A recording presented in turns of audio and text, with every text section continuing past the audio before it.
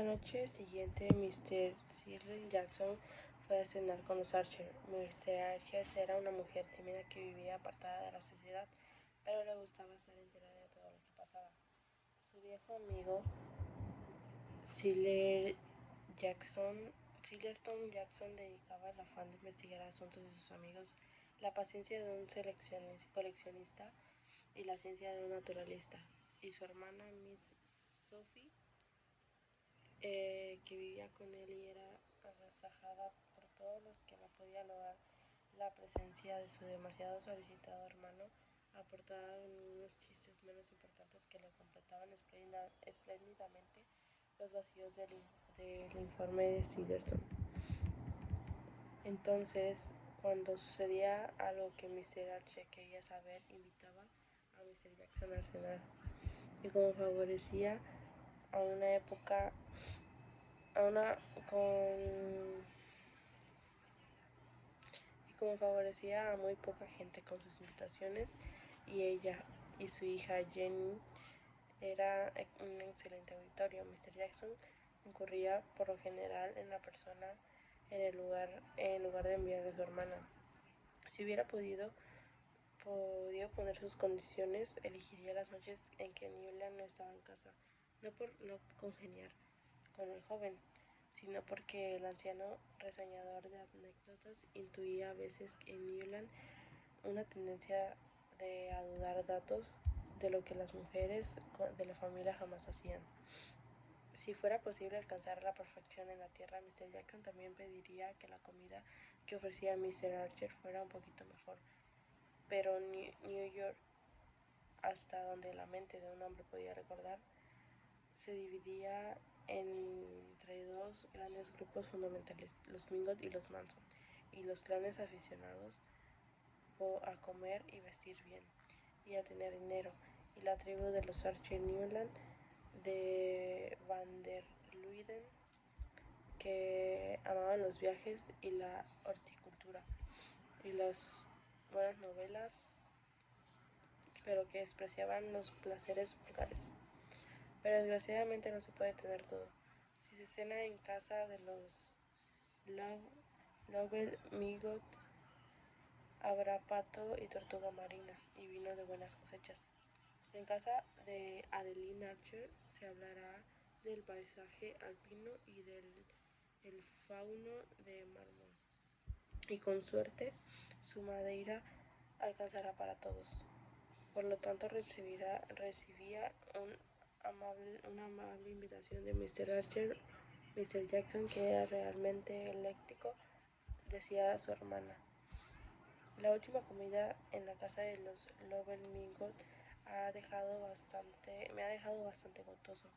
Me hará mucho bien ayunar donde Adeline. Mr. Archer era una viuda desde hace muchos años. Vivía con su hijo y su hija en la calle 28 Este. El piso era ocupado por Newland, y las mujeres se apretujaban en las estrechas habitaciones de la planta baja. En medio de una serena armonía de gustos e intereses, madre e hija cultivaban helechos en macetas, hacían encaje, macramé y bordados de lana en lino, coleccionaban loza vidriada de la época de la Revolución Americana, estaban suscritas a Woodworth y leían novelas de huida por su ambiente italiano. Preferían aquellas sobre la campesina por sus descripciones del paisaje y la calidad de los sentimientos, aunque generalmente gustaban las novelas acerca de la gente de la sociedad, cuyas motivaciones y costumbres le eran más comprensibles.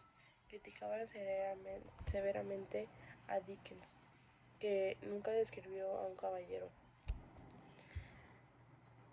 y consideraban que Thackeray estaba fuera de su elemento entre un gran mundo de comparación con Butler, a quien sin embargo se empezaba a considerar pasado de moda.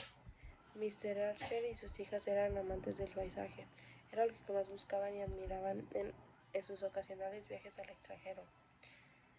El apellido de soltera de Mr. Archer era Newland, y madre e hija parecían hermanas, como decía la gente, verdaderas Newland, altas, pálidas, de hombros ligeramente encorvados, nariz larga, sonrisa dulce y cierta distinción languida, como los descoloridos retratos de Reynolds.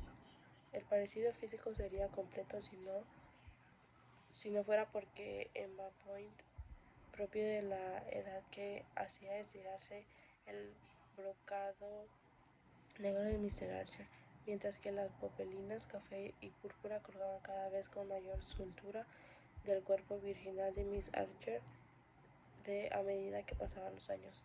Pero Newland estaba convencido de que mentalmente la similitud entre ambas era menor de lo que a menudo sus idénticos amenazamientos permitían creer. Pero en realidad, tanto que la serena falta de imaginación de Mr. Archer se atenía con facilidad a lo aceptable y conocido, Jenny era propensa a sobresaltos y extravíos de la fantasía que surgía de las fuentes de reprimido romanticismo. Madre e hija adoraban entre ellas y veneraban a su hijo y hermano. Archer las amaba con ternura incondicional y llena de remordimientos a causa de la exagerada admiración de ellas y de la íntima satisfacción que ésta le hacía sentir. Después de todo, pensaba que era bueno que para un hombre su autoridad fuera respetada en su propia casa, aun cuando a veces su sentido del humor le hacía cuestionarse la fuerza de tal autoridad. En esta oportunidad el joven estaba totalmente seguro de que Mr. Jackson prefería que él cenara fuera, pero tenía buenos motivos para no hacerlo.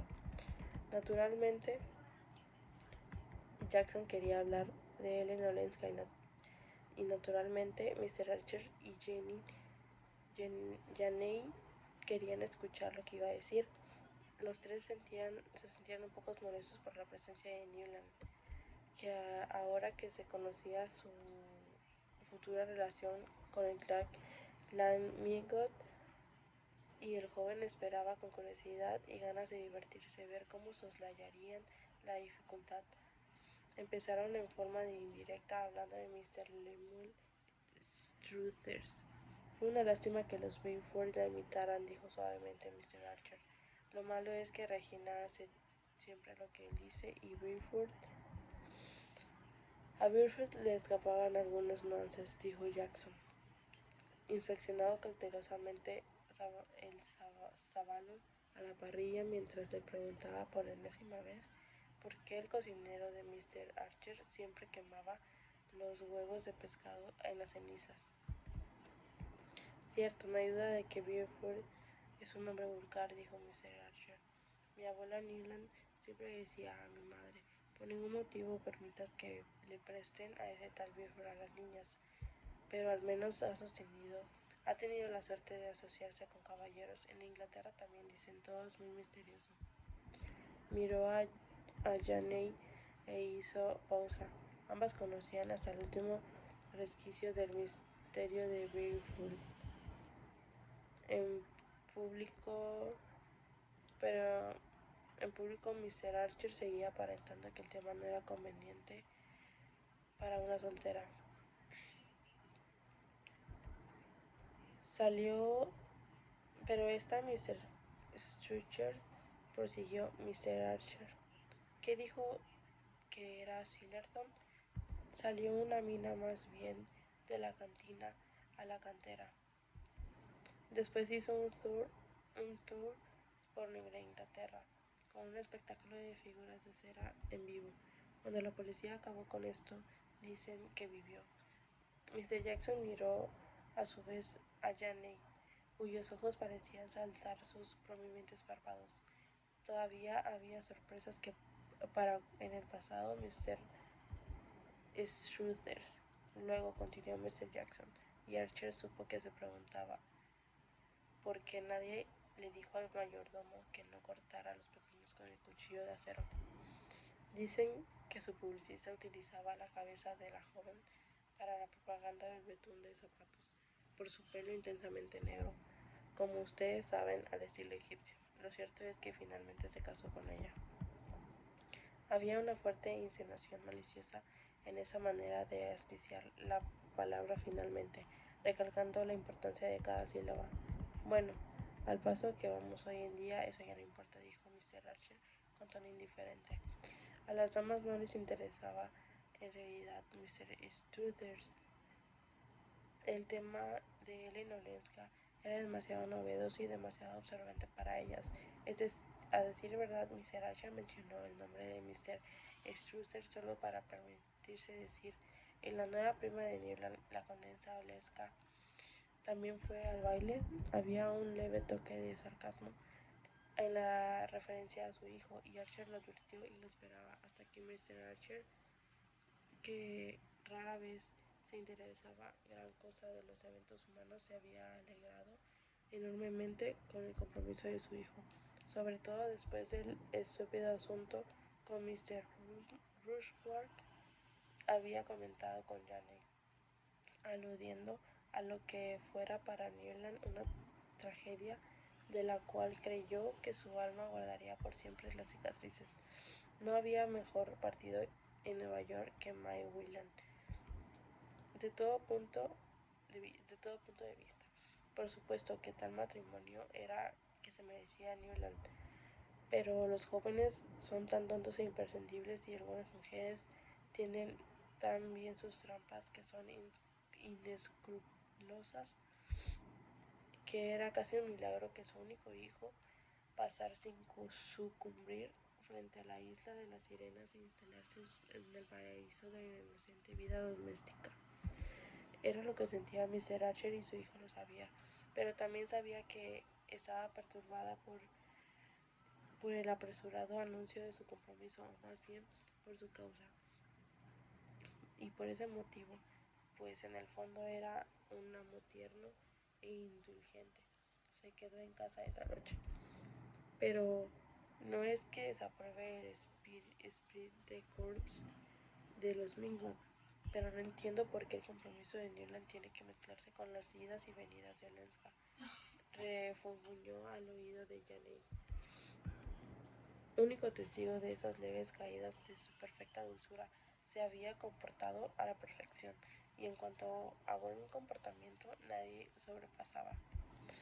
Durante la visita de Mr. Whelan, primero Newland sabía, y su novia sin duda lo adivinaba, que durante toda la visita ella y Janet estuvieron nerviosas temiendo la posible intrusión de Madame Olenska, y cuando salieron de la casa se permitió su hijo. Me alegro de que Augusta Whelan nos haya recibido a solas. Esos indicios de trastornos internos influyeron más aún para que Archer también pensara que los Mingot había ido un tanto demasiado lejos, pero como atentaba contra las reglas del código familiar, que madre e hijo hicieran alusión a sus más íntimos pensamientos, solo replicó, bueno, siempre cuando uno se compromete hay que pasar por una serie de reuniones familiares, y cuanto más pronto se haga mejor. A lo que su madre respondió con un sutil fruncimiento de labios bajo el velo de encaje que caía de su sombrero de terciopelo gris bordeado de frutos artificiales. Archer presintió que aquella noche la venganza de su madre, su legítima venganza, sería arrastrar a Mr. Jackson al tema de la condesa Olenska, y como ya había cumplido públicamente su deber de futuro miembro del clan Mingot, el joven no tuvo objeción a que se hablara de la dama en privado, aunque el tema ya comenzaba a ocurrirlo. Mr. Jackson se echó para atrás en su silla y miró hacia los Archer Newland y Van der Luyden, iluminados por candelabros que colgaban dentro de sus oscuros marcos sobre las oscuras paredes.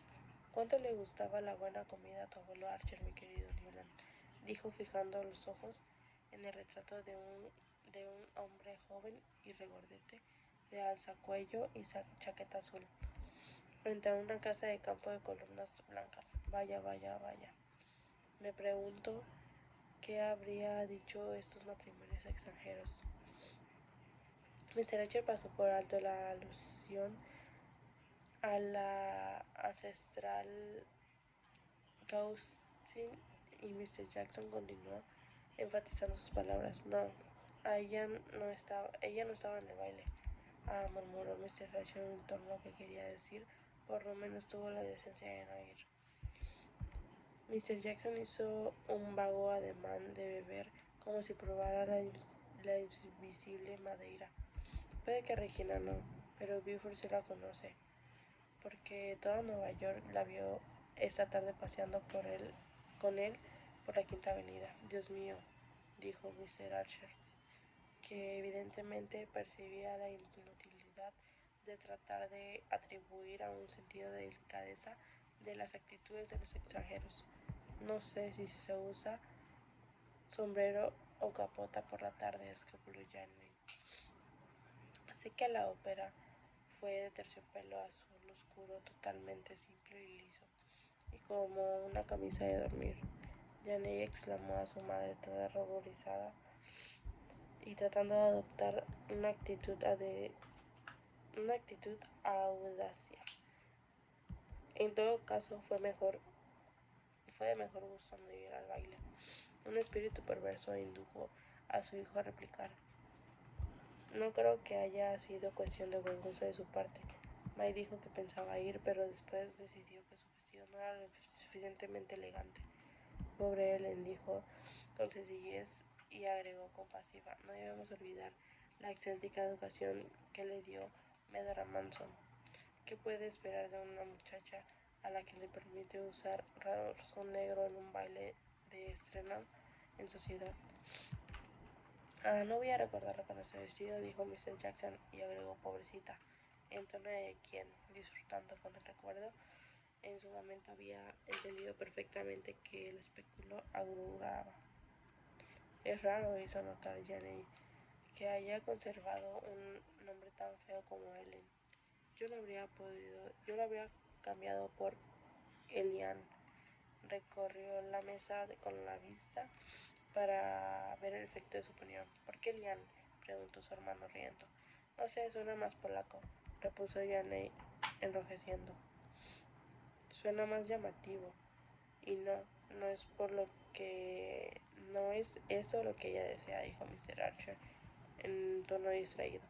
¿Por qué no?, atacó su hijo con un súbito impulso discutidor. ¿Por qué no puede ser llamativa si quiere? Porque tiene que vivir ocultándose como si fuera ella la que deshonró. Es la pobre Ellen, de acuerdo, porque tuvo la mala suerte de hacer un mal matrimonio, pero no veo la razón para que esconda la cabeza como si fuera la culpable. Supongo que si esa es la línea que piensa tomar Rosmingo, comentó Mr. Jackson pensativo. El joven se sonrojó. No tuve que esperar su veredicto. Es si lo quiere decir, señor. Madame Olenska ha tenido una vida desgraciada, lo que no la hace una destacada. Hay rumores, empezó a decir Mr. Jackson, lanzando una mirada a Jane. Ya sé, el secretario. ¿Qué importa? ¿Qué importa, madre? Jane ya está grande, dicen, ¿no es cierto? Continuó, que el secretario la ayudó a escapar de aquella bestia de marido que la tenía prácticamente prisionera. Bueno, ¿qué importa que lo hiciera? Espero que no haya entre nosotros un hombre que no hubiera hecho lo mismo en este caso. Mr. Jackson se dirigió al mayordomo por encima del hombro. Después de todo, tomaría tal vez un poco de esa salsa, solo un poco. Y después de servirse, añadió: me dijeron que ella está buscando una casa, entonces se queda a vivir aquí. Yo escuché que piensa obtener el divorcio, dijo Jane con audacia. Espero que lo logre, exclamó Archer. La palabra cayó como bomba pura y serena en la atmósfera del comedor de los Archer.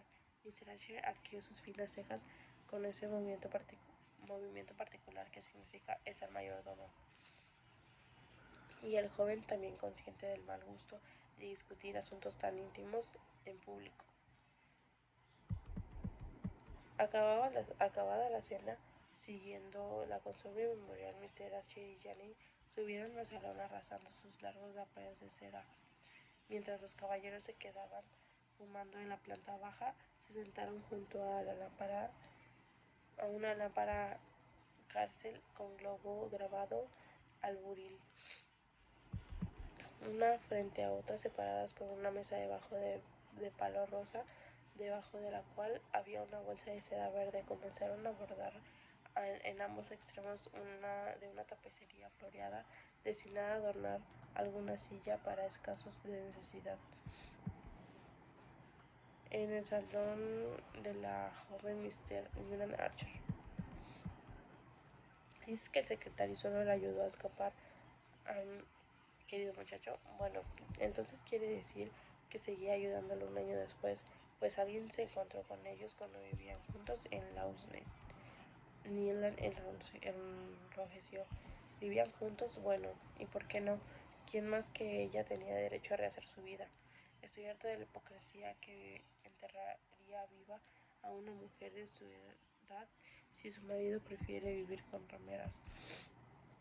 Se detuvo y se volvió furioso a encender su cigarro. Las mujeres deben ser libres, tan libres como lo somos nosotros, declaró, descubriendo que estaba demasiado irritado para medir sus terribles consecuencias.